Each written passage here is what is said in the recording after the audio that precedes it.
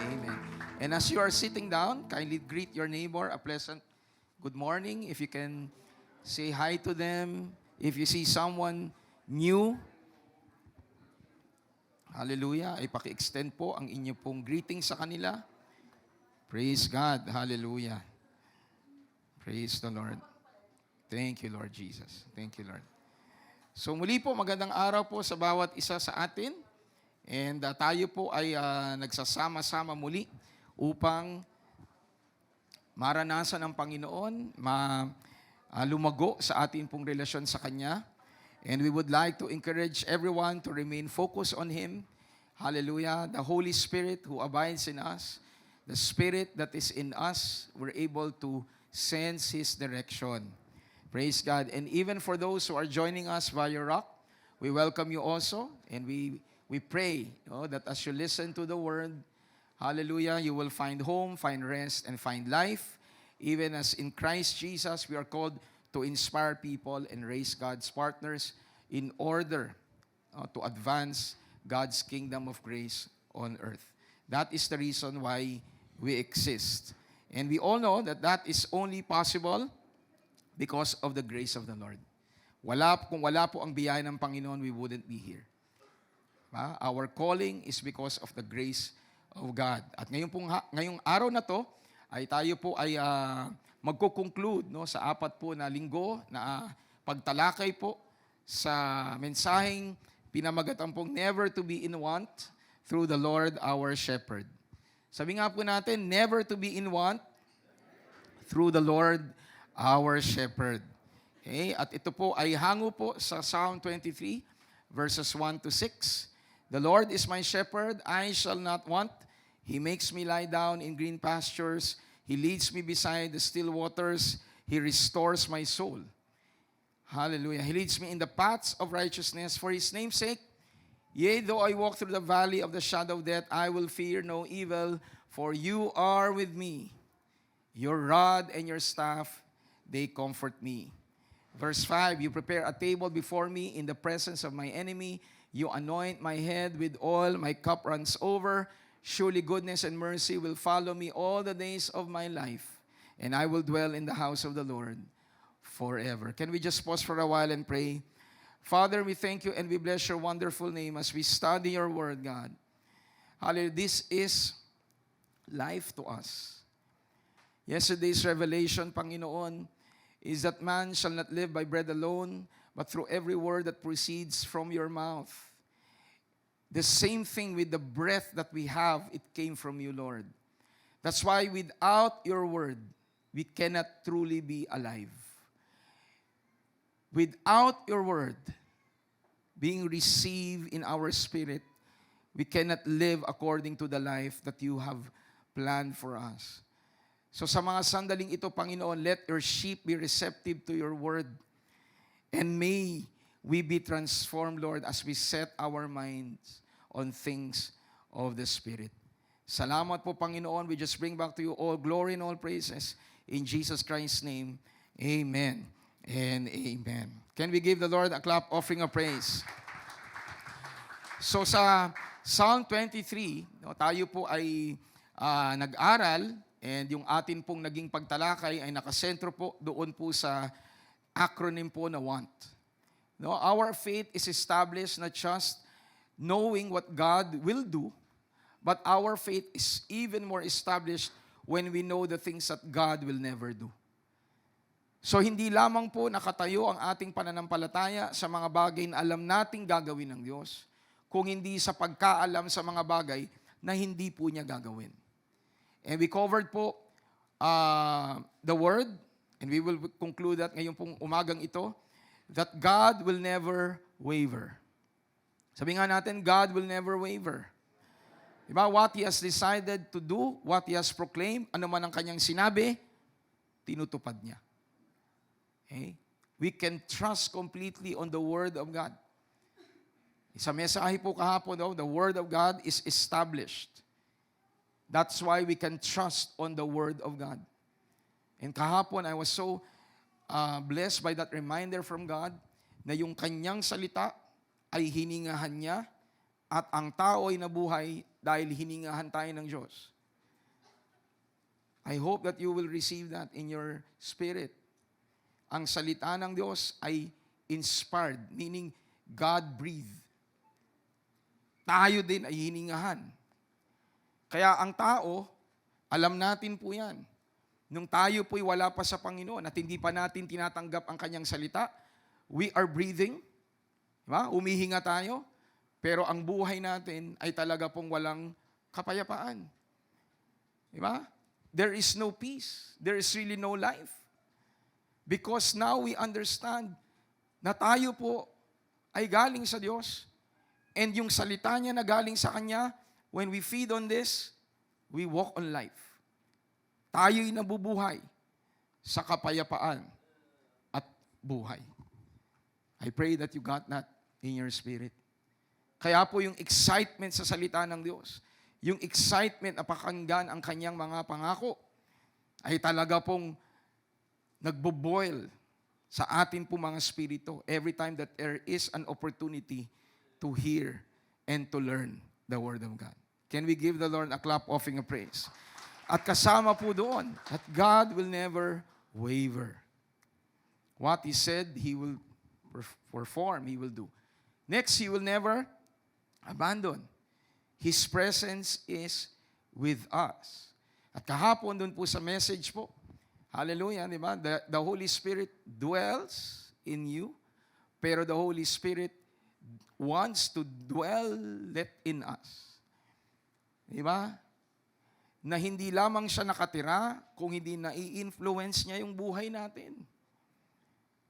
He desires that we experience the influence of His goodness, of His love.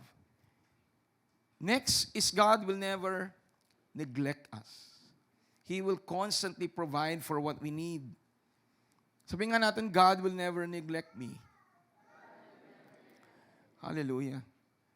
Can you imagine if God was able to, in His goodness, this is a shadow po of the old, in the old, He was able to care for more than 3 million people. 3 million people.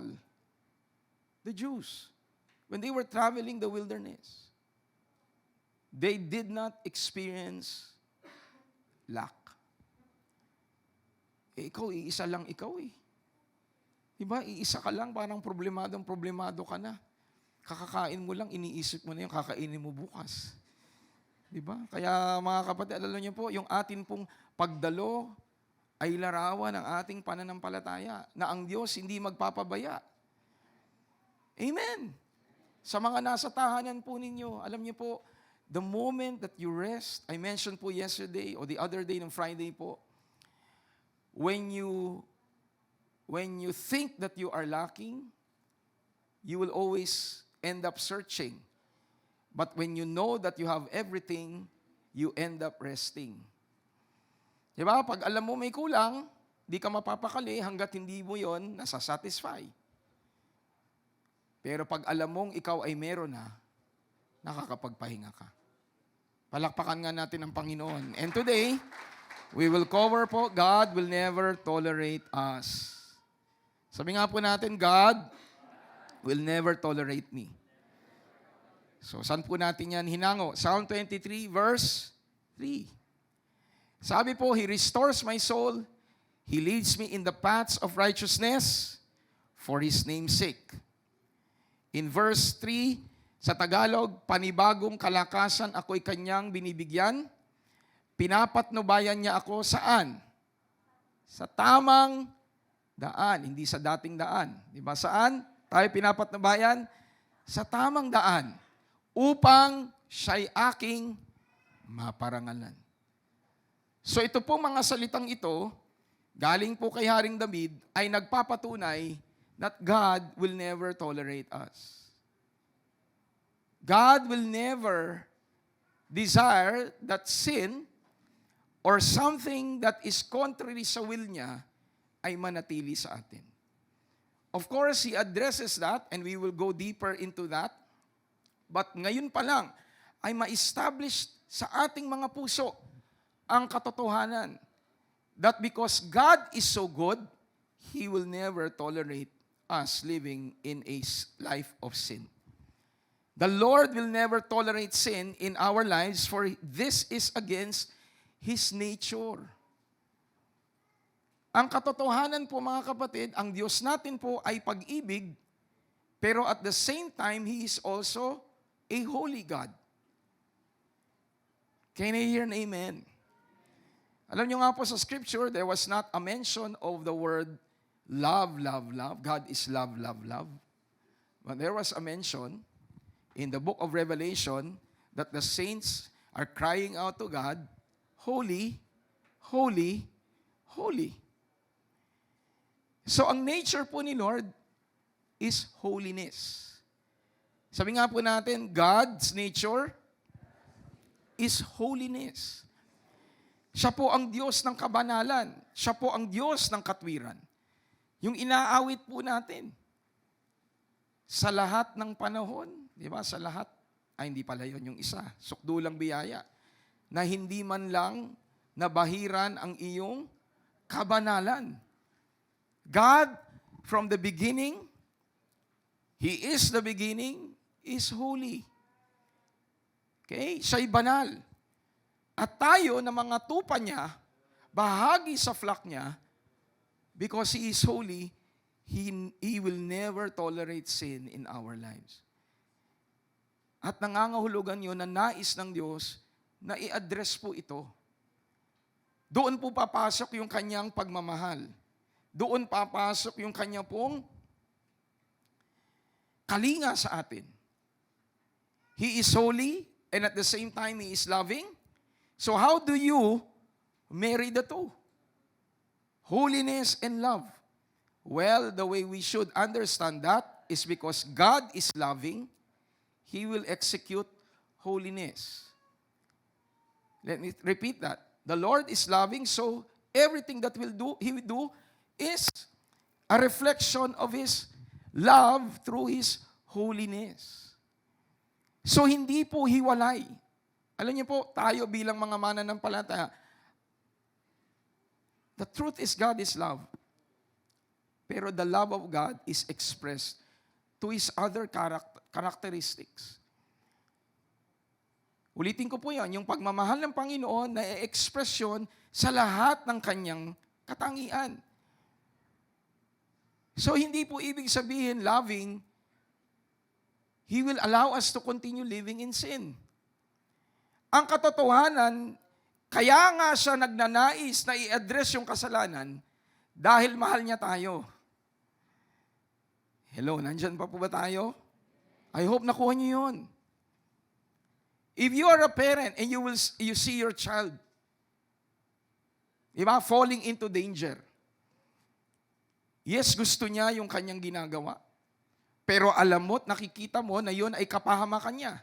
What will you do as a loving parent? Would you say, hahayaan kita dahil mahal naman kita? What do you do? You will correct your child. Because mahal mo yung anak mo. Mahal natin ang ating mga anak. Can you hear an amen?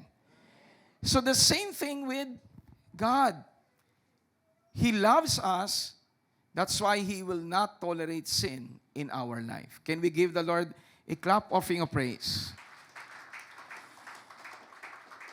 At ito po ay maaaring bago sa ating mga pandinig. But thank God for His insight and revelation. Sabi po doon sa Psalm 23 verse 1, the Lord is my shepherd, I shall not lack. I shall not want. Diba? The Lord is my shepherd, I shall not lack, and I shall not be in want. So inuna po yung declaration ni David na hindi ako magkukulang. Tapos po inisa-isa niya yung mga dahilan kaya hindi siya nagkukulang. Ulitin ko po yun. I hope you get this. Sabi niya, hindi ako nagkukulang. I shall not lack. And then, in-identify, nilista ni David kung bakit hindi siya nagkukulang. At kasama doon, you lead me in the path of righteousness. So what does that tell us? That the correction of the Lord is an essential component of why we won't lack. Bahagi po ng dahilan kaya hindi tayo magkukulang dahil kinokorek tayo ni Lord. Hello, nakikinig po ba tayo? Oftentimes when we think about, the Lord is my shepherd, I shall not lack, you think about yung blessing. You think about the material provision. Yung God will supply. Pero nami-miss out natin na kaya hindi nagkukulang yung tupa dahil bahagi ng ginagawa ng pastol, yung pong paggabay sa nararapat at tama. Dahil pag yung sheep ay hayaan niya pong mag-wander sa disyerto, sigurado po, kulang yun. Sigurado magkukulang yun. Walang proteksyon, walang biyaya. Bakit? Kasi nakahiwalay doon po sa kalooban ng pastol. Nakukuha po ba natin? So hanggat hindi nakokorek, hanggat hindi nababalik yung tupa sa dapat niyang pagkalagyan, that sheep will always experience lack. But when the Lord corrects us, when the Lord, by His graciousness, leads us in the path of righteousness, and we will submit, we will not lack. Palakpakan nga natin ang Panginoon. I hope malinaw po yun sa atin. I hope klaro yan. So sa buhay natin, you might think, baka kaya ako nagkukulang because there is something in me that God is correcting me from, but I still do not want to relinquish kung ano man yung nilalagay ng Diyos sa inyo na dapat po nating isuko. Amen po ba? Nakuha niyo po yun? I hope you receive that in your spirit. Bahagi ng Kanya pong pangako na hindi tayo magkukulang ay tayo ay Kanya pong kinokorek, ginagaydan sa tama pong landas. At alam niyo po, for those who experience the grace of God and continue to experience the grace of God, ang katotohanan, makakapagpasalamat po kayo sa Panginoon na naranasan po ninyo ang Kanya pong pagtutuwid. You wouldn't be in this position without the correction of the Lord. Can I hear an amen? Diba? Salamat na lang, Lord. Kinurek nyo ko. Salamat na lang, Panginoon, ginabayan nyo ko sa tamang landasin para sa inyong ikararangal. So we will never lack, for the Lord will never hesitate to do something for our benefit. And that includes correction. Ganun po siya kabuti na hindi po niya tatalikuran ang pagtutuwid sa atin. Amen. Alam niyo po, ito pong correction, diba? Discipline and guidance is something that is not easy to do.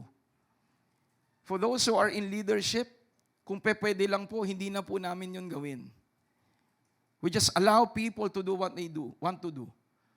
Pero ang katotohanan, naiintindihan po namin na kasama sa pagbiyaya o sa biyaya na gagawin ng Panginoon sa isang tao, sa isang mananampalataya, ay yung siya'y gabayan. Yung siya'y turuan. Can I hear an amen? So I pray that this morning, lahat po ng tupa ng Panginoon na nakikinig po sa mensaheng ito, maintindihan natin na hindi mag-hesitate si Lord. He will never hesitate to do something that will benefit us, and that includes correction. Can you say to your seatmate, God so loves you that He will correct you? Hallelujah. And sabi po ni David, since the Lord, diba, is his shepherd, He leads to the path of righteousness. So, the Lord is good. So, we can only expect, what? Him to lead us in the good path. Di ba, pag ang isang tao ay mabuti, aasahan natin ang gawa niyan, mabuti. Diba? A good person will do good deeds. And because God is righteous, we should expect Him to always bring us to the path of righteousness.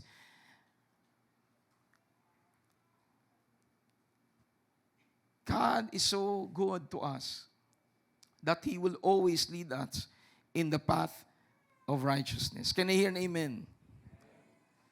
And the truth is, only in righteousness can the Lord truly be honored.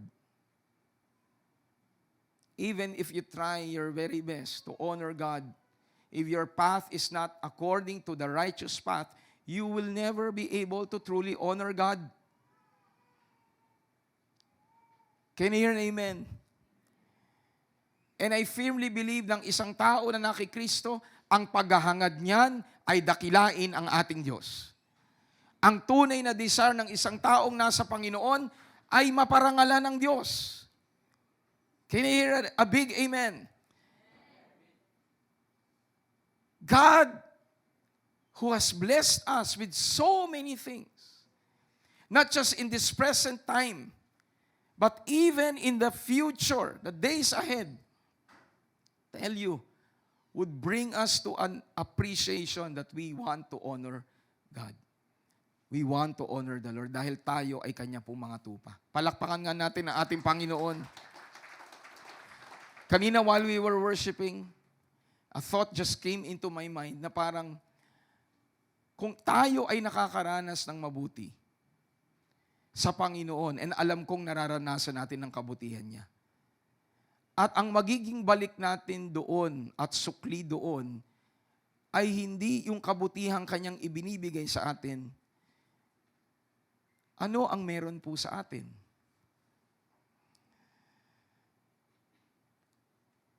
If God is showering us with love, and yet despite of that, we cling on to sin. We cling on to something that is outside God's plan for us. What does that reflect in our lives? Ano ibig mong sabihin, Pastor? Pag ginagawang ka ng kabutihan at ang nagiging sukli natin ay hindi ayon sa kabutihan, ano po tayo nun?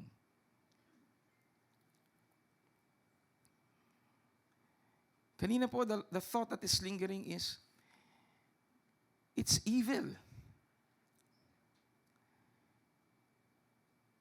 It's not normal for someone who has been showered with so many goodness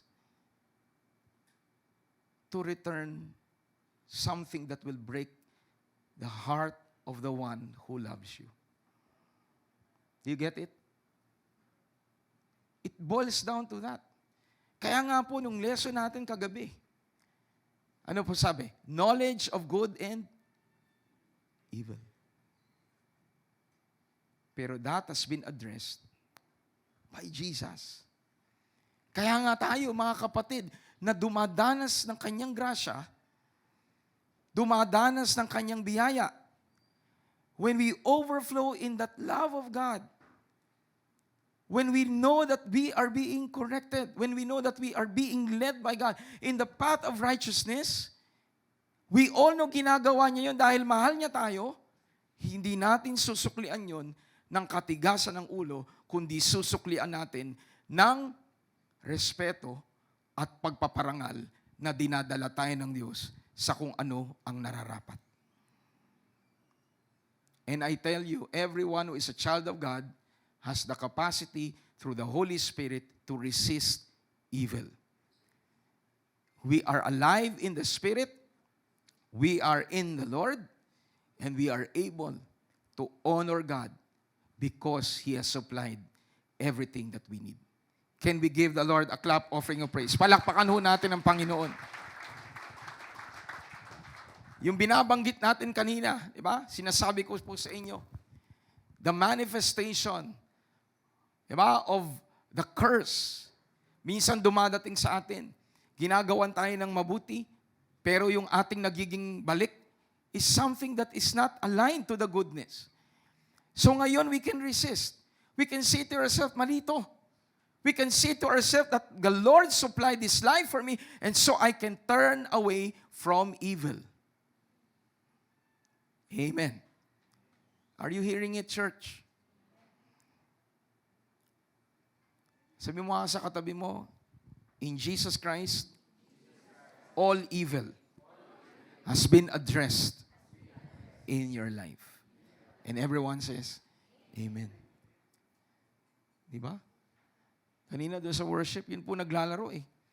And I'm not talking about something that is, parang one thing, one time, but there's a pressing,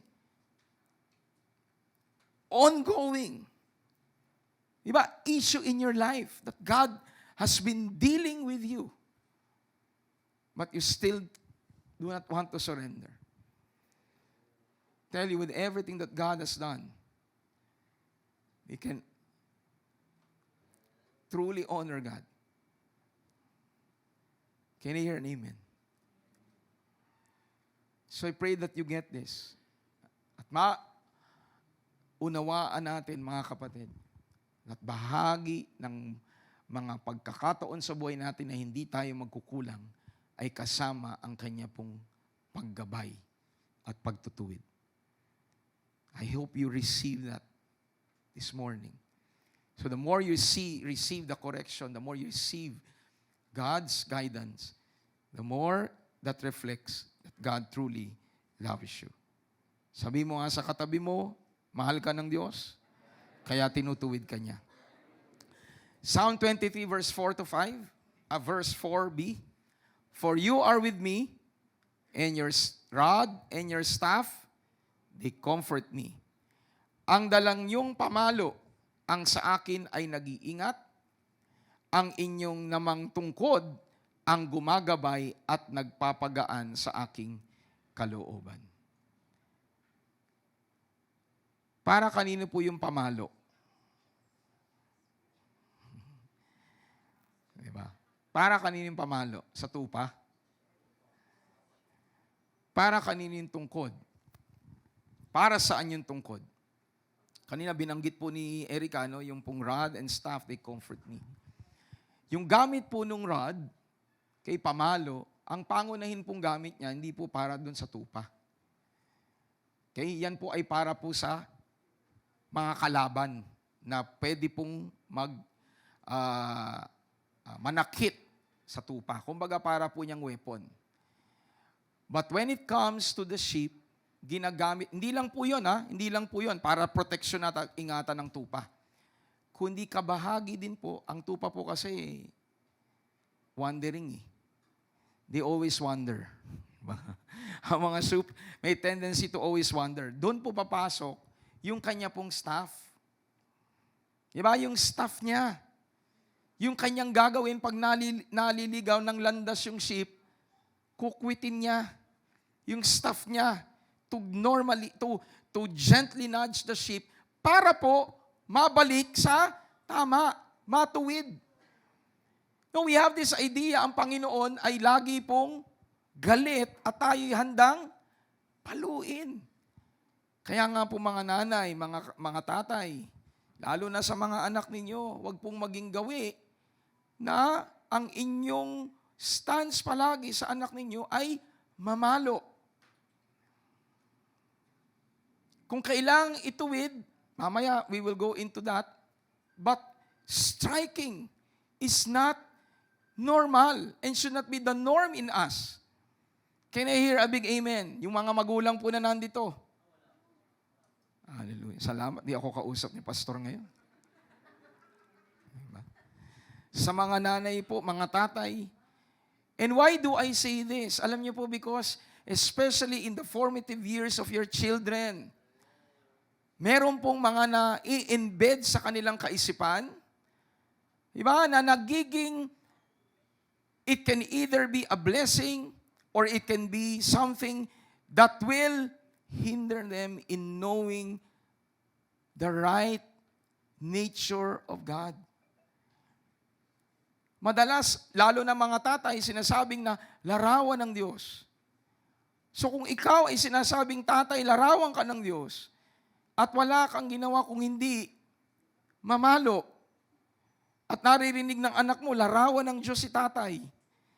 So instead na yung anak, di ba, ay lumapit sa Diyos, naku, kung ang Diyos din pala ay mamamalo lang sa akin, nag-iintay na ibuhos ang galit niya sa akin, I will not come to God. Pero kung ang magulang, ang tatay, ay refleksyon ng grasya ng Panginoon, yes, there is correction, but in a proper way, yung bata po, nade-develop po yung kanya pong understanding na ang Diyos din na lumikha sa kanyang tatay ay mabuti at mapagmahal. Palakpakan nga natin ang ating Panginoon. Sige po, malakas sa palakpak para sa Kanya. Pastor, paano gagawin ko kung malaki na ako at dinaan ako ng tatay ko sa kakapalo? That is not the nature of God. The nature of God is to express His correction. Alam niyo po, yung correction is not always about striking. Di ba? Pag sinabing correction, mamaya po, we'll dwell on that even deeper. What is the normal or the usual way of God correcting us? And we will go to the Word. What does that truly mean? But the bottom line is this: God doesn't want His sheep to stray. He will guide in the path of righteousness. Can you hear an amen? So God's correction, not just His provision, proves that He remains to be with us. Napakaganda po no, ng sinasabi po ni David, that you are with me. Yea, though I walk through the valley of the shadow of death, I will fear no evil, for you are with me. And then he said, your rod and your staff, they comfort me. At sabi natin po, bahagi po doon po sa paggamit po ng staff, ng tungkod po noong ng shepherd is to guide. Diba? To not allow the sheep to be straying.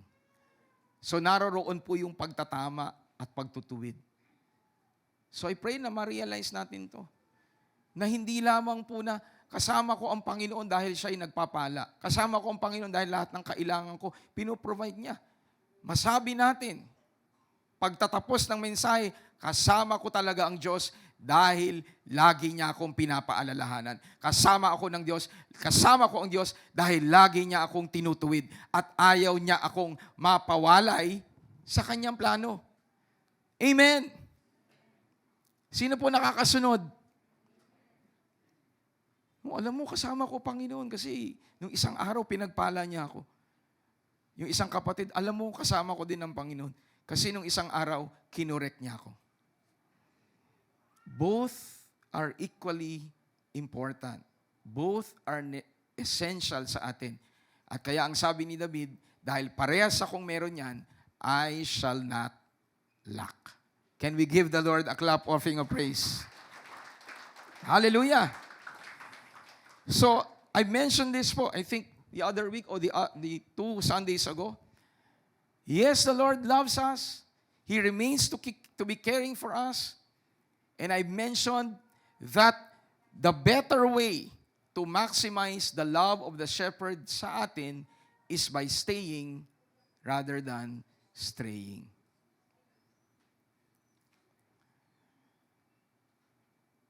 When you stay and you don't go astray, yun po ay maximizing the love of God. Sa analogy po ng tao, sa magulang, alam mo, mahal ka ng magulang mo. Mapawalay ka, di ba? Maggawa ka ng hindi naaayon sa kanilang kalooban, mahal pa rin ikaw ng magulang mo. Sa mga magulang na nandito, nung ang inyo bang anak ay nagkamali, nawala na po ba ang pagmamahal ninyo sa kanila? Yung pagmamahal ninyo nanatili pa rin. Tama po ba ako? Mga magulang na nandito. Naku, pastor, mahal na mahal ko nga yung anak ko. Hindi nawala yung pagmamahal ninyo sa kanila. Pero sigurado din po, kahit na mahal nyo sila, sumakit po ulo nyo. Tama po. Mahal ko yung anak ko, pero hindi ako makatulog dahil hindi ko alam kung nasan yung anak ko. Di ba, sabi niya, uwi siya ng alas 10. Pero hanggang ngayon, 10:01 na, wala pa siya. Di ba? Mahal mo yung anak mo, pero at the same time, mas nanaisin mo na yung anak mo, kahit mahal mo, ay nasa safety na. Amen ba? That's what we're talking about, church. Alam niyo po, we emphasize God is loving. But if you already have the love of God, why would you want to run away from that love? Can you hear an amen? Lagi natin binabalik dun sa parable of the lost sheep. Anong context? Babalik tayo ulit dun. Totoo po, yung sheep, yung shepherd doon, hinanap yung tupa. Pero yung pong konteksto noon, yung mga makasalanan na lumapit at lumalapit sa Panginoon. Amen. The context are sinners, but you are no longer a sinner if you're in Christ. Am I speaking to saints this morning? Kausap ko po ba yung mga santo ng Panginoon? Parang ang hina po Hallelujah. Parang di kayo mga umatin ng confluence. Are you righteous in the sight of God? Are you a saint in the sight of God? Amen. So the better use of God's love over us is not to allow God to constantly run after you. God wants you to be in the flock. God wants you to be inside His protection so that He can truly care for you and not constantly running after you. Amen ba? Parang si Sam, di ba? Si Sam ngayon. Wala pa si Sam ngayon, di ba? Si Sam, mananatili pong mahal po siya ni Mikolo at saka po ni Stephen. Pero naniniwala po ako pag tinanong po niyo yung mga magulang ni Sam, ano mas gusto po niyo? Yung nagtatatakbo si Sam o mas gusto niyo yung tahimik si Sam? Na alam ninyo at hindi kayo nag-aalala na, naku, baka nabangga na. Kahapon, di ba dito? Do you get the point? Sino po nakakasunod ang sinasabi ko po sa inyo? Sam would have a much better use of his energy, di ba? Seated or running pero controlled. Para hindi siya mapahamak. So I'm just using that analogy. But of course, bata po si Sam, di ba? At talagang part yan. Pero hindi ko po maalala na dumaan po ako sa ganun pong stage. Tanong niyo po si Pastora Mila, baka hindi ko lang po naaalala eh. Di ba? Siguro ang pangarap ni Mikolo at saka po ni Stephen, parang sana, kagaya na lang yung anak, yung kay... Yung anak po ni Marinel, di ba? Kahit kanina mo pagpasapasahan talagang stay lang siya. So the bottom line muli, ang gusto ko pong idiin sa bawat isa, you already have the love of God. Stay. Can you hear an amen? God is good. Sabi mo sa katabi mo, stay, not stray. Once again, let's receive that in our spirit. Stay, not stray. O the last time, stay, not stray. Hallelujah. So right now, we will have communion. Gulat silang lahat. Hallelujah. Babawi na lang po ako mamaya sa confluence po. Joke lang po yan. Pinaalalahanan nga ako ni Pastora Mila.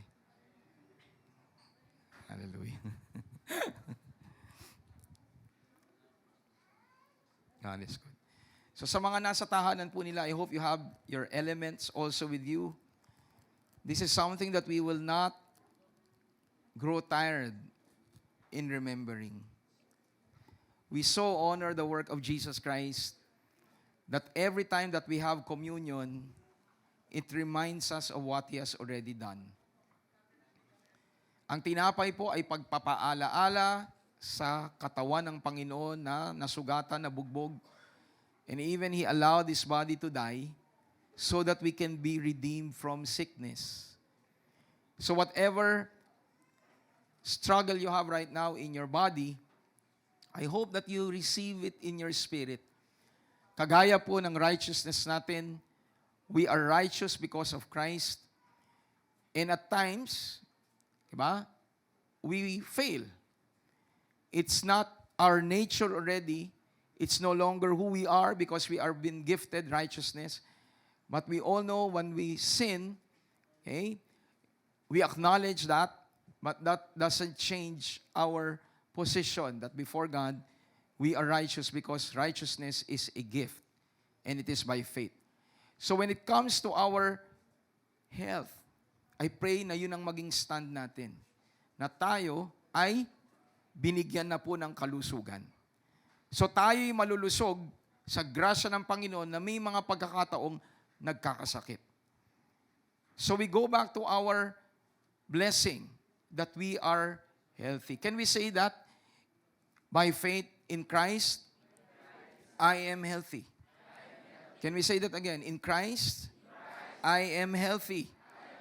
For the last time, in Christ, I am healthy. Let us pray. Father, we thank you and we bless your name. That is who we are in you. Anyone who is in Christ has been gifted with health.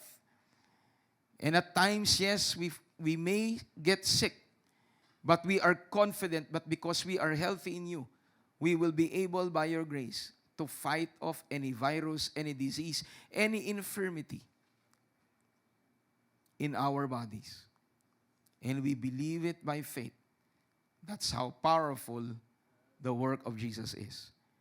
We are blessed, not just in our spirit, not just in our soul, but in our bodies. Because we want to truly honor you, and our bodies are the temple of the Holy Spirit. Salamat po, Panginoon. In Jesus Christ's name, amen. Let's all partake with faith.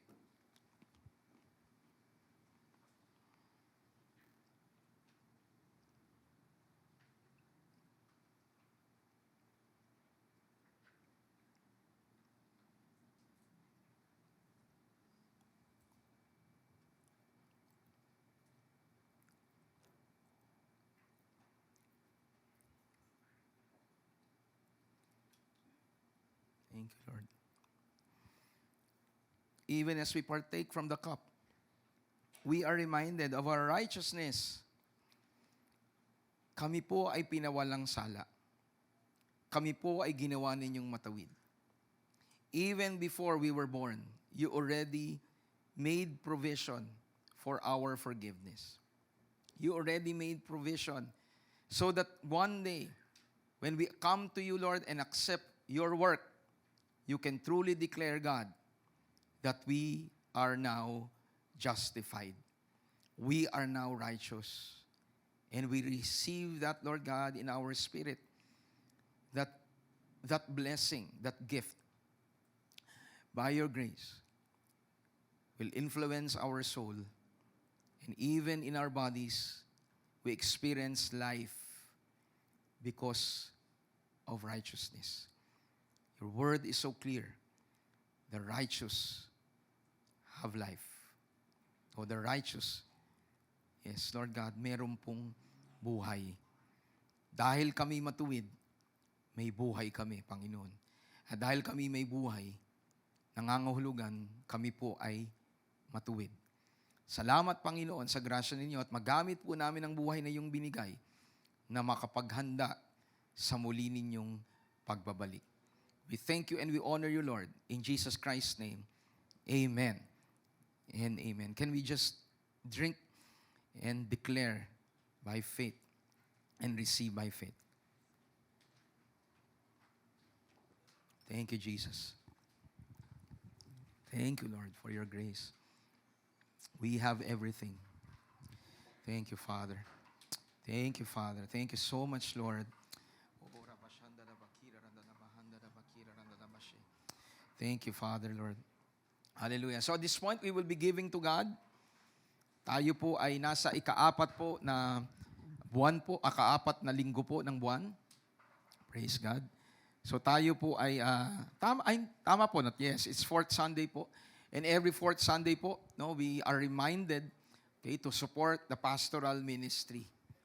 So we are blessed by God, no, to continuously, hallelujah, be a channel of blessing to the pastor. And this is something that is taught in the scripture. And this is something that we embrace, no? And we do it because of love. It's because of grace. Okay, so let us all bow down and let us pray. Father, we thank you and we bless your name.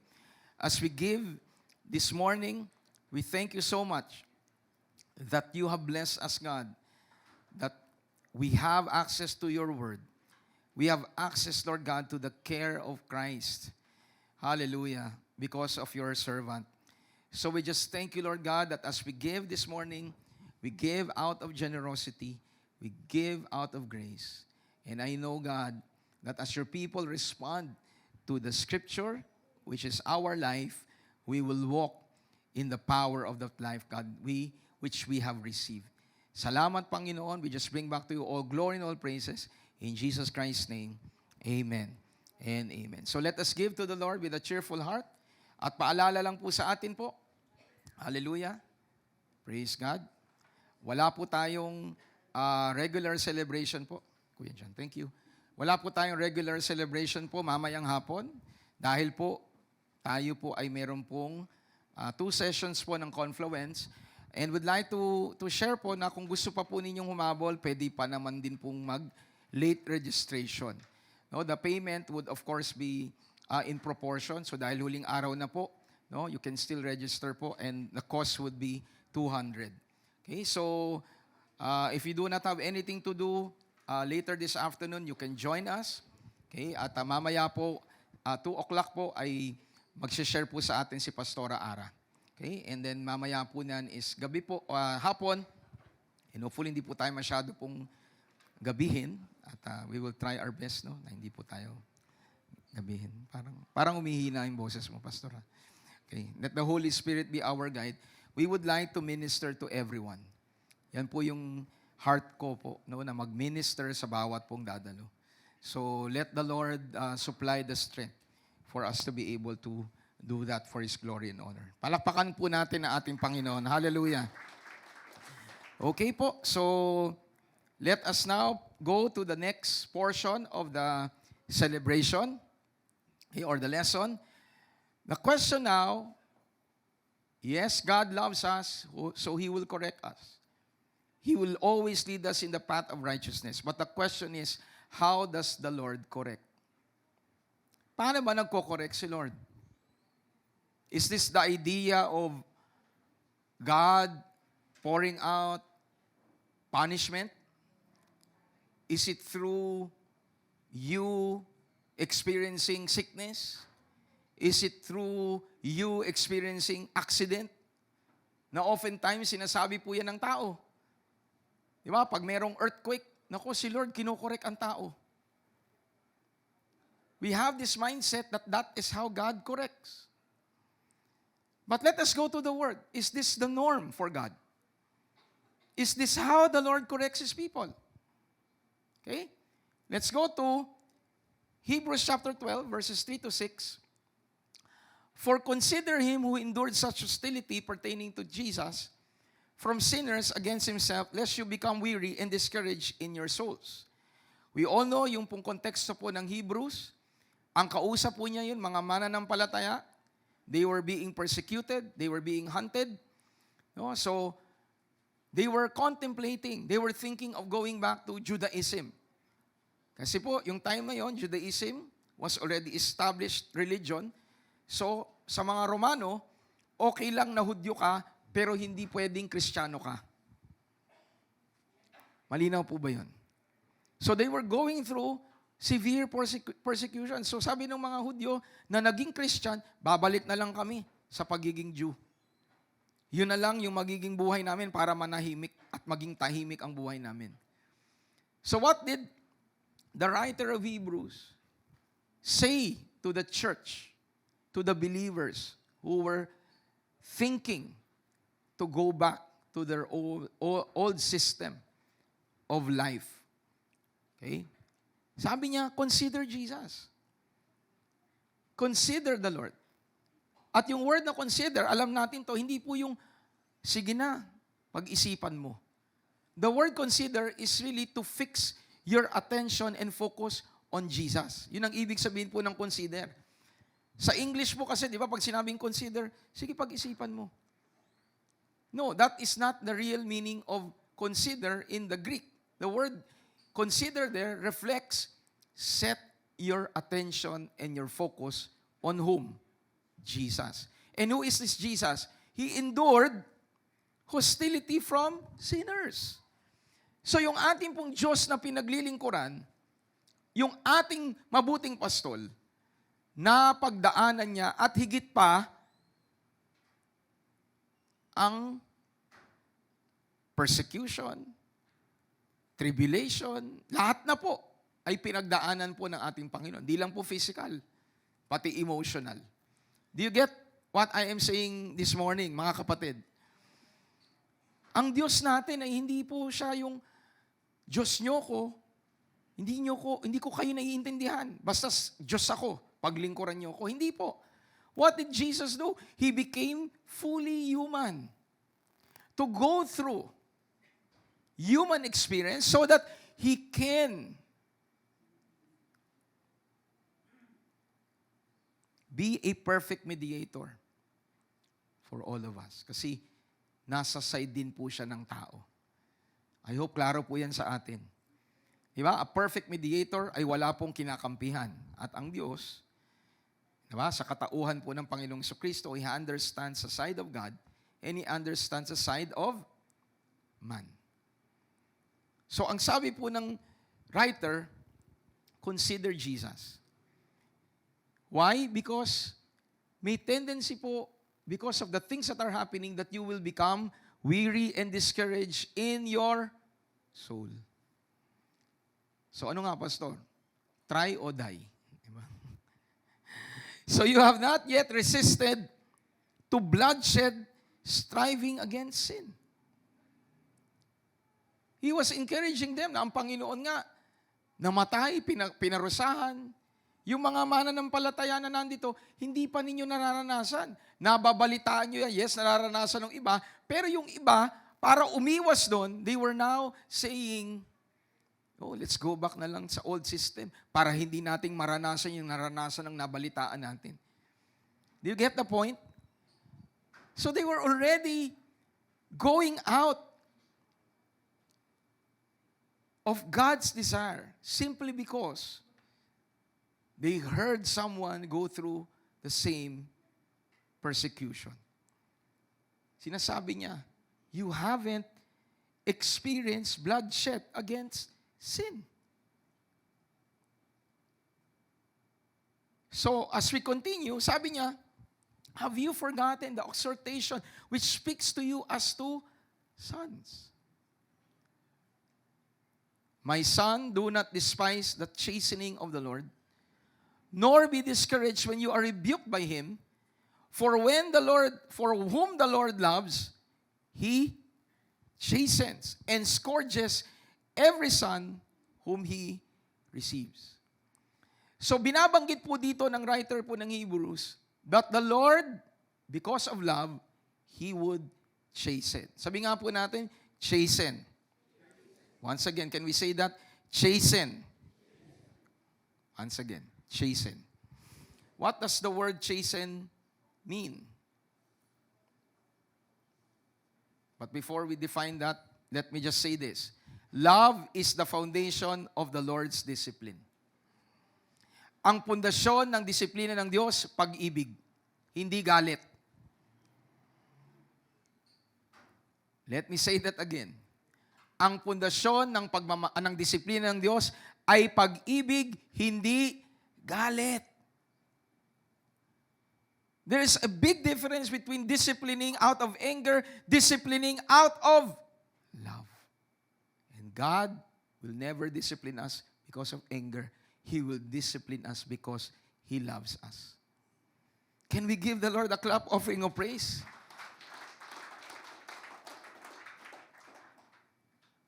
Sa mga anak po, minsan nababanggit ko po ito kay Carissa. But before we go to that example po, hallelujah, bigla nagtago yata si Caris.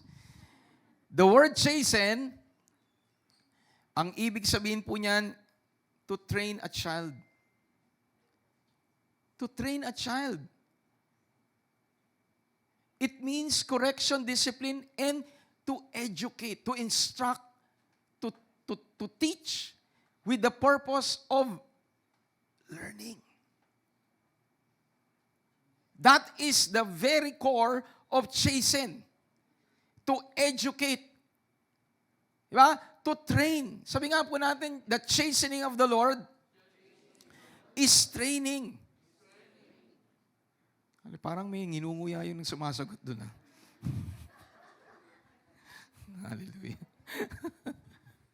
Praise God. O nabubulunan. Diba? To train, to chasten is to train a child.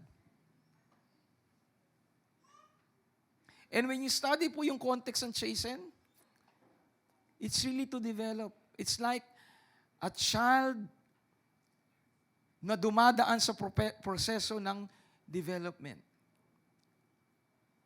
And the very core of discipline, education, is not hitting. Through instruction. Andyan pa po ba kayo? Subukan po ninyo magturo sa anak po ninyo ng algebra. Di ba na? May pamalo. Tingnan ko lang po kung matuto po yung anak ninyo. The way for your child to get math is not by hitting. Amen ba? How? By instructing. Kaya nga po ang disiplina ay ekspresyon ng pagmamahal. Bakit? Kasi pag ikaw ay nagmamahal at hanggat hindi nakukuha ng iyong tinuturuan, you will always extend patience. Tsatsagain mo hanggang sa makuha niya yung dapat niyang matutunan. Amen ba? That's how God deals with us. The very core and the normal way for God to train His people is through instruction according to His Word. It's not by, tinuruan ako ni Lord doon. Nadapa ako. Diba? Nadapa ako, nagka-aksidente ako, kaya tinuturuan ako ni Lord. That's not God.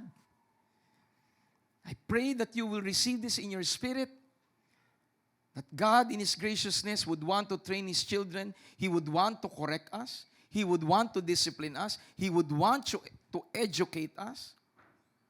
And His primary means is through the Word of God. Palakpakan nga natin ang ating Panginoon. Sige po, malakas sa palakpak. Kahit nga po dun sa Hebrews, makikita natin, how were they corrected? How were they corrected? They were contemplating and going back. Diba? They were thinking to abandon the faith. How did they receive the instruction of God? How did they receive the correction of God? Did God say, namatay na ako para sa inyo, para hindi kayo tumalikod, I'm going to send this punishment over you so that you will not consider going back. Did God do that? What did He do? He gave them a letter. He gave them a reminder. He gave them, diba, a deepening of what they already have in Jesus. You want to go back to Moses? You want to go back to the system of offering in the Old Testament? You want to go back there? Well, you're going to miss out what you already have. That Jesus is the fulfillment. Yung ninanaisan yung balikan, nakaturo niyan kay Jesus. At si Jesus ay nasa sa inyo na. Bakit niyo siya tatalikuran? Do you get it, church?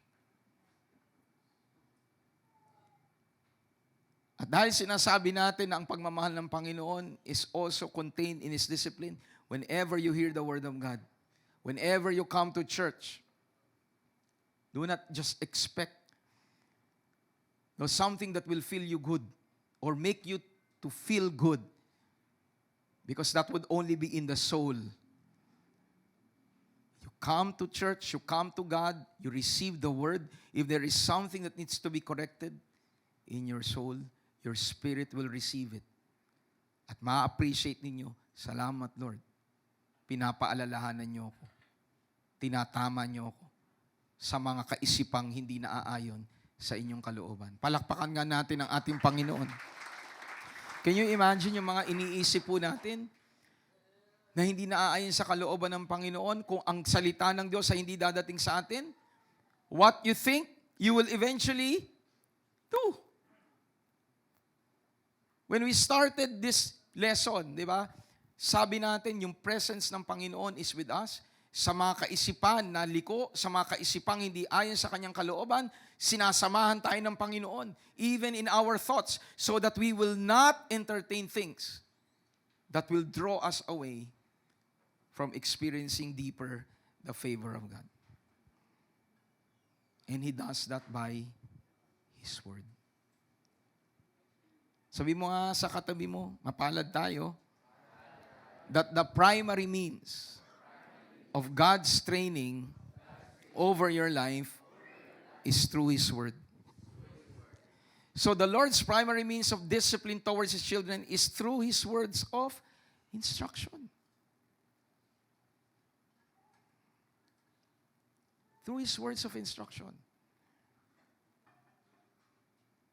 And I tell you, instructions are always carried out through words. Tama po ba? Ang instruction laging by words.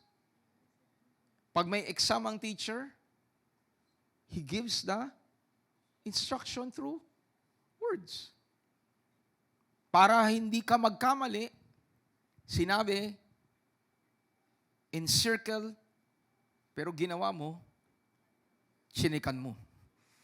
You did not follow the instruction. So kahit na tama ang sagot mo, pero hindi mo finalo instruction, you end up failing. So what would like to stress, mga kapatid, is that God disciplines us through His words of instruction. He instructs us.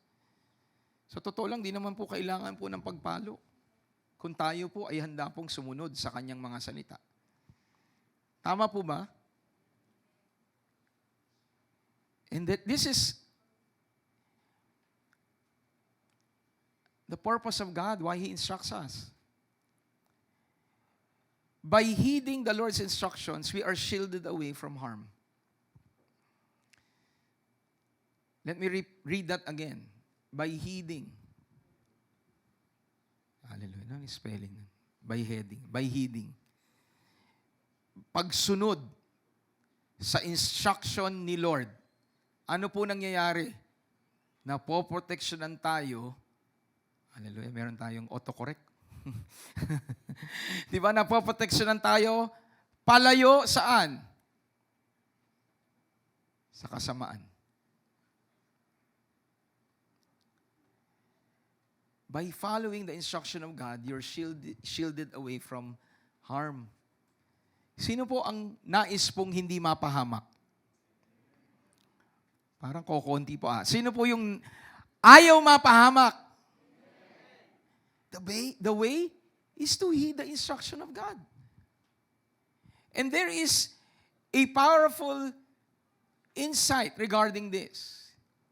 Diba minsan, and we thank God na tayo po'y binabago niya sa pag-intindi natin sa Kanya pong kaparaanan regarding correction.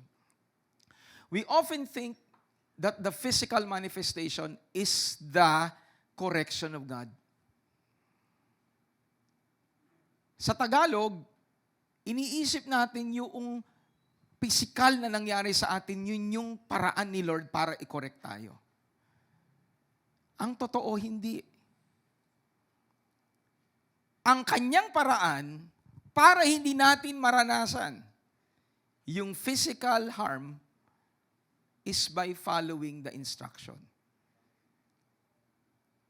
Sino po nakasunod nun? Sa mga tao pong wala sa Panginoon, dahil wala nga silang alive na spirit, ang kanilang understanding, si Lord nagko-correct physically. Sakit, aksidente, di ba, kakulangan. Yan ang kino-correct tayo ni Lord. Bakit? Kasi they cannot interact with God in the spirit because their spirit is dead. Are you following me? But now that you are in Christ, now that you are in the Lord, the Holy Spirit resides in you and you have a new spirit. You have a spirit which is alive. The interaction of God to you is not primarily in the natural. The interaction of God right now sa atin is more on the spiritual. And His Word is His way of disciplining us. Can we give the Lord a clap offering of praise? I hope you really got that. The harm is not the discipline. The Word is the discipline. Let me say that again. The harm is not the discipline. The Word is the discipline. Sa Tagalog, ang salita o ang hindi ang kapahamakan ang disiplina ay ang salita niya. Do you get it, church? Kung hindi natin finalo yung kanyang instruction, well, merong possible consequence. Pero hindi po yun yung disiplina niya. Ang disiplina niya, yung salita niya. Can you say to your neighbor, the discipline of God is His Word. Hallelujah. So the harm, once again, is the result of neglect of the instruction. It is not the way of God's discipline. It is the fruit of the neglect of the discipline. But the primary way is through the Word. Kasi kung ang way po ng Panginoon to discipline us is through physical means, then all of us should be experiencing something that is physical. If it's an accident that, I want my people to learn more, so I would cause them to be in an accident. Do you get the point? All of us know that we do not go through that. That's not the norm.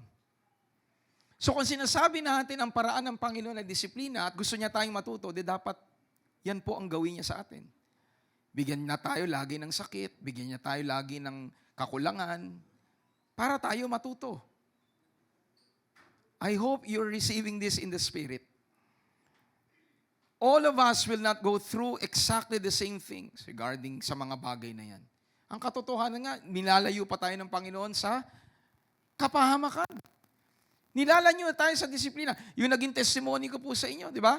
I was waiting for Carissa. Bigla pong nag-speed na sasakyan na kung hindi po ako nakatayo doon po sa gutter, sigurado po, durog po yung akin pong, talaga pong ang bilis. So if God wanted me to learn, He would have just allowed me to have an accident. Sino po nakakasunod po, mga kapatid? God is not that God. He gives us His Word, and through His Word, we are disciplined. Sabi mo nga sa katabi mo, you're being disciplined by God today.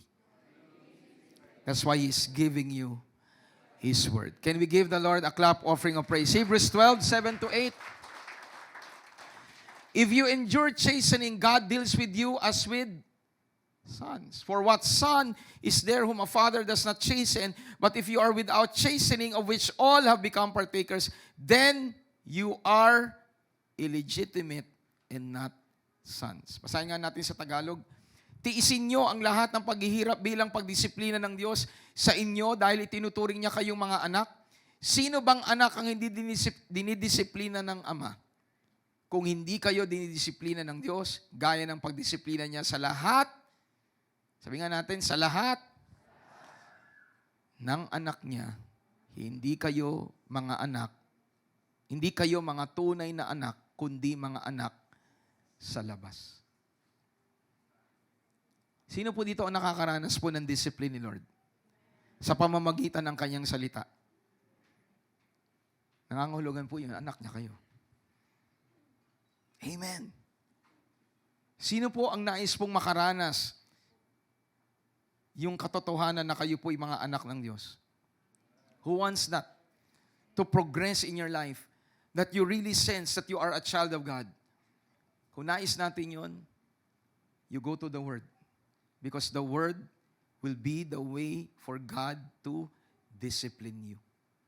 He will speak to you through His Word. Hallelujah. Napakabuti po ng Panginoon. Hebrews 12:9-11. Kahit ang mga ama natin dito sa lupa, dinidisiplina tayo. At sa kabila nito, iginagalang natin sila. Kaya lalong dapat tayong magpasako sa pagdisiplina ng ating Ama na nasa langit para maging mabuti ang pamumuhay natin. Sa maikling panahon, dinidisiplina tayo ng mga ama natin dito sa lupa ayon sa inaakala nilang mabuti. Ngunit ang pagdisiplina ng Diyos ay laging para sa ikabubuti natin upang maging banal tayong kagaya niya. Habang dinidisiplina tayo, hindi tayo natutuwa, kundi nasasaktan.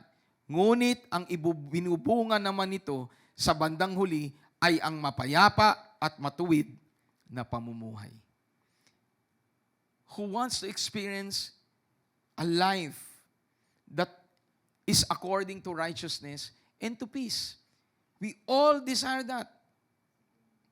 And the way for us to experience that is through submitting to godly correction. So submitting to godly correction reflects respect on God as our Father. Alam niyo po, the more we submit, the more we're respecting God. Can we say that? The more I submit to godly correction, the more it reflects that I respect God. Ba, ang mga tatay, pag binidisiplina tayo, inaalaw natin sila. Di ba yung mga bata nga pong ayaw magpakorek, madalas nababansagan niyang, rebelde. Dahil hindi nagpapakorek. Pero yung isang bata na nagpapakorek, kitang-kita yung respeto niya sa kanyang magulang. Dahil yun ay nagpapakita na silang nakakaalam at ako'y may kakulangan. So when you submit, di ba, humbly to the correction of your father, it reflects that you respect your father. And if we are able to do that to our earthly fathers and parents, even to godly authorities, it reflects, hallelujah, before God, that we truly honor God. Can we give the Lord a clap offering of praise? Sige po, malakas sa palakpak para sa ating Panginoon. Go ahead, Lord. Correct us. Go ahead, Lord. Discipline us through your word.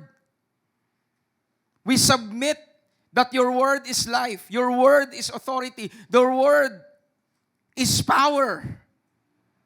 Amen. So when we are able to abide by the correction of the word, at lalong-lalo na, hinahanap pa natin. We're seeking the word of God. We're searching it. It reflects that we truly respect the Lord. Hallelujah. Sabi mo nga sa katabi mo, you honor God, you respect God when you submit to His word. Hallelujah. And the truth is, despite a challenge that goes with the Lord's correction, we should remain embracing it because it leads to life.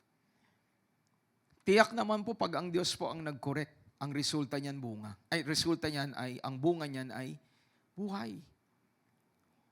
It leads to peace. Di ba? Sa tinatalakay natin, no, nakatalakay natin sa Confluence, you set your mind on things of the Spirit because the Spirit is life and peace. Mahirap. May challenge. I wouldn't want to use the term mahirap. But we would use the word it's challenging. Why? Because you have an option. To set your minds on things that are of the flesh. Pero tayo'y mapala dahil ipinadala ang Holy Spirit para tayo mag-set ng isip natin sa mga bagay na pang-spirito. Challenging dahil may temptation, pero alam natin na pagtagumpayan na yun ni Jesus. That's why we can set our minds on the things of the Spirit. And that's why, despite of the challenge, we are willing to be corrected. Sino ba naman po ang mag-i-enjoy? Di ba? Na alam mo, na i-expose kung ano man yung mali na nagagawa mo. Pero later on, you accept it na the one giving the instruction is your God, is the Father, di ba? That loves you, and you know that every time that He corrects, it leads to life. So why wouldn't you submit? Why wouldn't you humble yourself to the correction?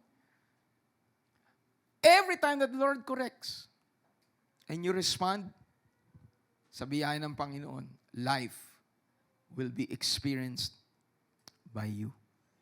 That's how powerful the correction of God is. Can we give the Lord a clap offering of praise? Hallelujah. So to sum everything up, God will never, in Christ Jesus, we will never lack because the Lord, our shepherd, will never waver, abandon, neglect, and He will never tolerate us. And the way for Him to correct us muli ay hindi po sa pamamagitan ng dealing with us physically. He deals with us in the Spirit. And the primary means of correction is the Word of God. Ganun mo niya po tayo kamahal. Amen. Hallelujah. So let us all believe that this is who Christ is, our Good Shepherd. And dahil sa ating pong lagi pong ginagawa sa pagtatapos, our conclusion is always you draw your own. Sa dami po ng inyo pong narinig, reflect, Lord, regarding sa want, regarding sa wavering, regarding sa abandonment, neglect, and tolerate. Lord, ano ang aking natutunan? Draw your own conclusion. Draw your own, di ba? Learning from God. And I know that you have received ample. Tumanggap tayo ng higit sa atin pong inaasahan. Can we all rise up?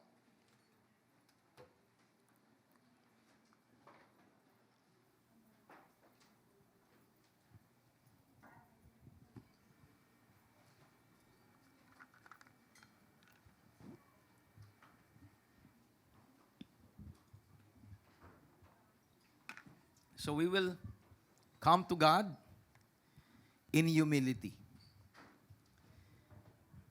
And let us allow Him to move from within us. If you're born again, you have the Spirit of God. Regardless of what you see in the natural, regarding of what you see in the flesh, sa physical sense mo, if you are born again, if you're in Christ Jesus, you're able to connect to God.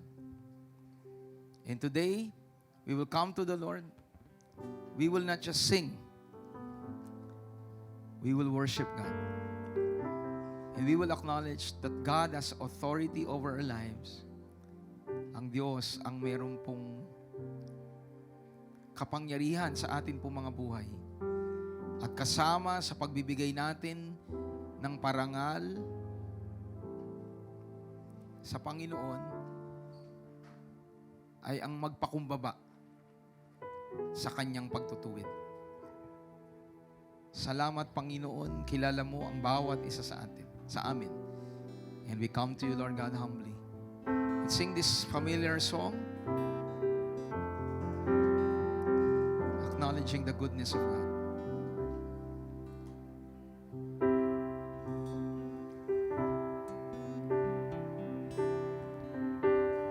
Puso ko'y iyong sinisiyasa.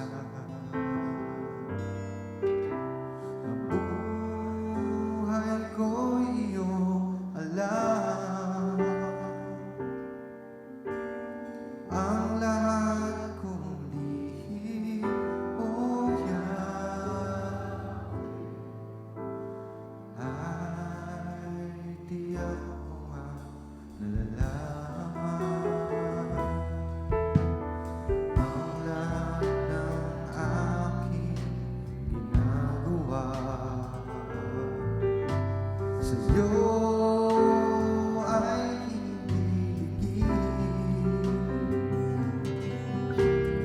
Ang lahat kong lihim, O Yahweh, ay tiyak ko ang nababatid. Salamat, Panginoon. Salamat, Panginoon, kilala mo ako. Lahat ng bagay ay hindi lingid sa iyo. Bagay na iniligid sa'yo. Salamat, Panginoon, tinutuwid mo ako. Ikaw lang ang may alam ng aming pagtutunguhan. Salamat sa'yo,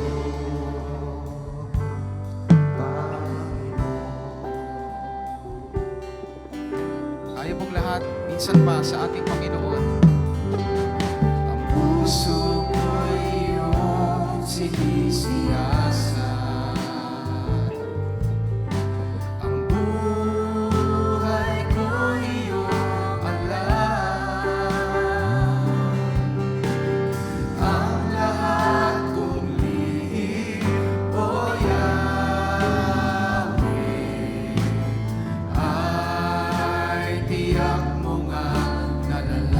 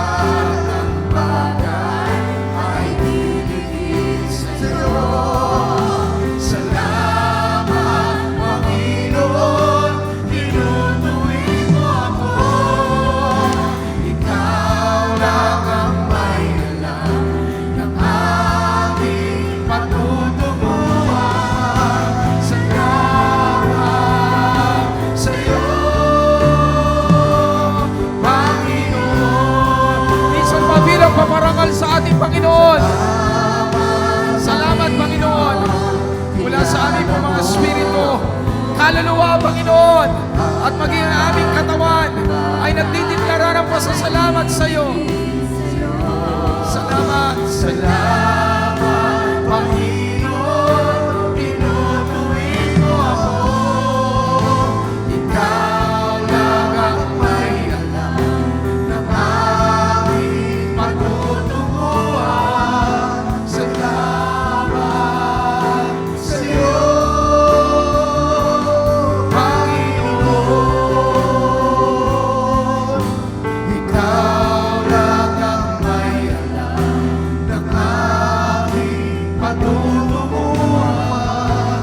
Salamat sa iyo, Panginoon. Ikaw lang ang may alam ng aming patutunguhan. Salamat sa iyo, Panginoon.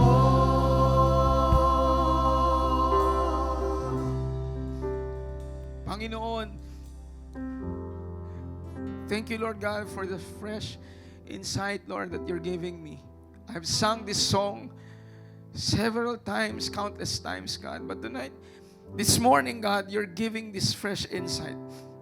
That line that speaks, ikaw lang ang may alam ng aking patutunguhan. Before, every time that I hear and sing that line, it's like there's no assurance. It's like, si Lord lang nakakaalam. Whatever will be, will be. But now, it makes sense. Why the line before that? Salamat, tinutuwid mo ako dahil ikaw lang ang may alam. Nangangahulugan, Panginoon, na alam po ninyo ang mabuting plano niyo sa amin. Ikaw ang nakakaalam nun. Kaya nakikita mo pag lumilihis kami doon sa plano mo.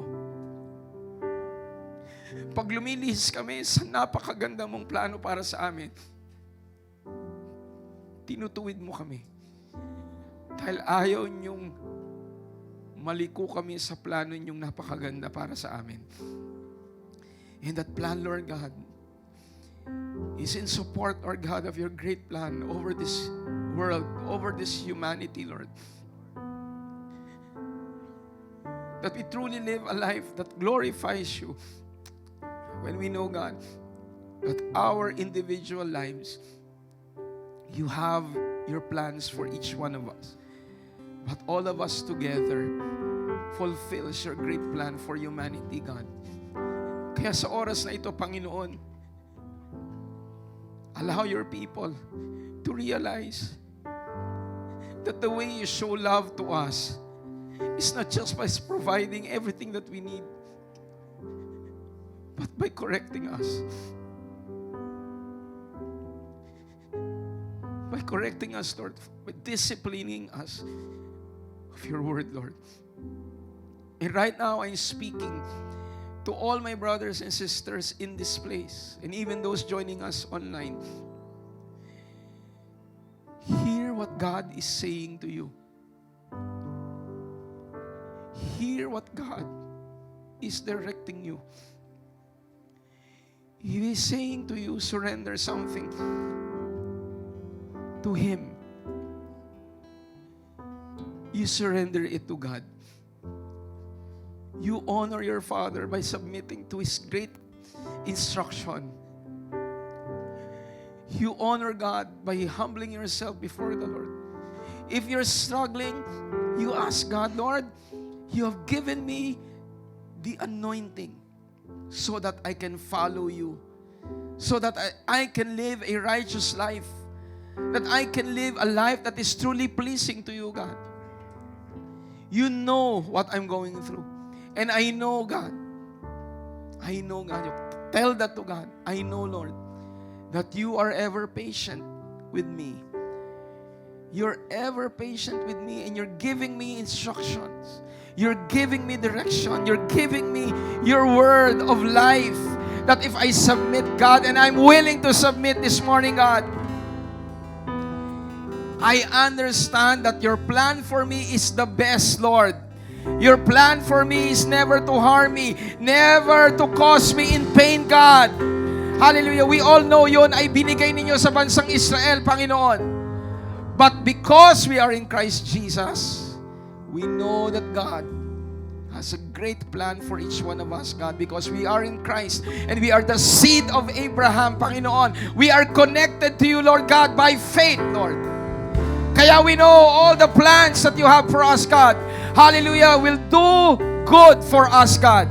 And so we declare this morning, God, we humble, we submit to your word, God, and we acknowledge the good Savior in our lives. Can we all lift up our hands towards God and let's sing this song? Hallelujah. Minsan pa, salamat, Panginoon. Salamat po, Panginoon. Hallelujah. Receive the life of God. Receive the instruction of the Lord. Ay hindi lingid sa'yo. Hallelujah.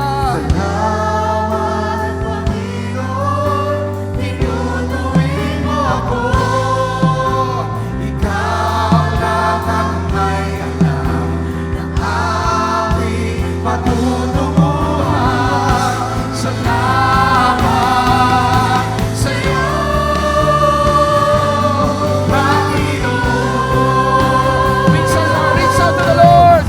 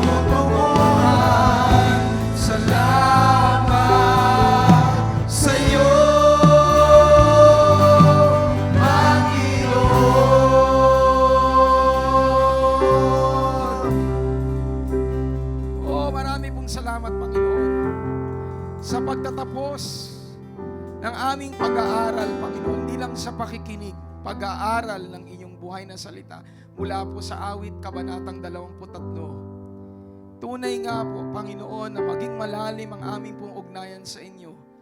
Manampalataya kami, let our faith be focused not just on what you promised you will do, but let our faith be established in the truths, Lord, of the things that you will never ever do towards us.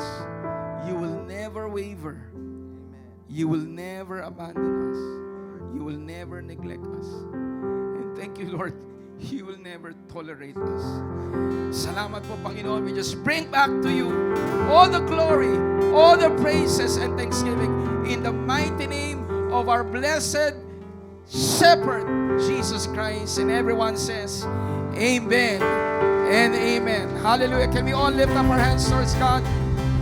The Lord bless you and keep you. The Lord make His face to shine upon you, be gracious to you.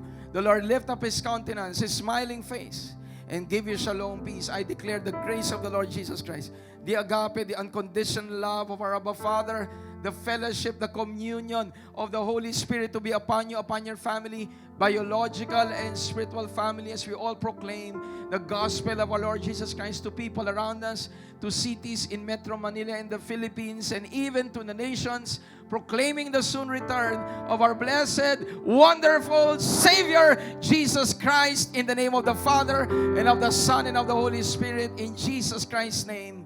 Amen and amen. Hallelujah. Can we all proclaim by faith? We are part of God's family kingdom, for we are highly favored, greatly blessed, deeply loved, all because of our King in us, the Lord Jesus Christ. And everyone says, Amen and amen. For those who have joined us via Rock, remember, reign in life through Jesus Christ.